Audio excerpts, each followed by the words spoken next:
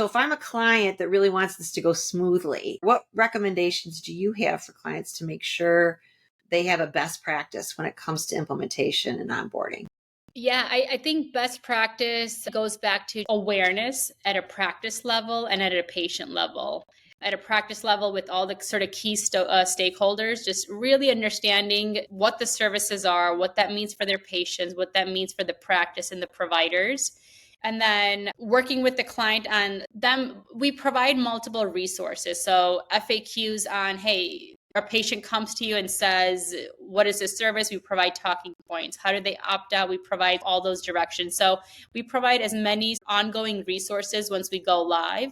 I would say just the way we are there for their clients to have success and schedule these monthly check-in calls. I think as long as the client is available and schedules these monthly check-in calls where we can provide you with how enrollments are going, what sort of feedback we're getting from patients and providers and vice versa, I think that really helps.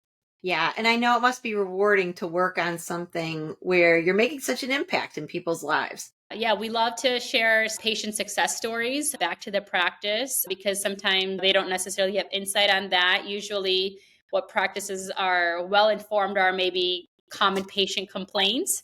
And so, providing those success stories as to going back to their why really helps them bring it in full circle. I'll add one more piece is on our sort of monthly check-in calls. Our system automates a monthly client report where it breaks down exactly how many patients are enrolled, billable, the count of escalations we've done, meaning our clinical team might have done 50 escalations that never even went back to the practice because we have a team of registered nurses who triage it internally, which is what our service for them is. And so it's nice to highlight, hey, these are the things that we did for you while your team had to do nothing. It's a really nice report to show back to the practice and their exec sponsor to share it with their providers.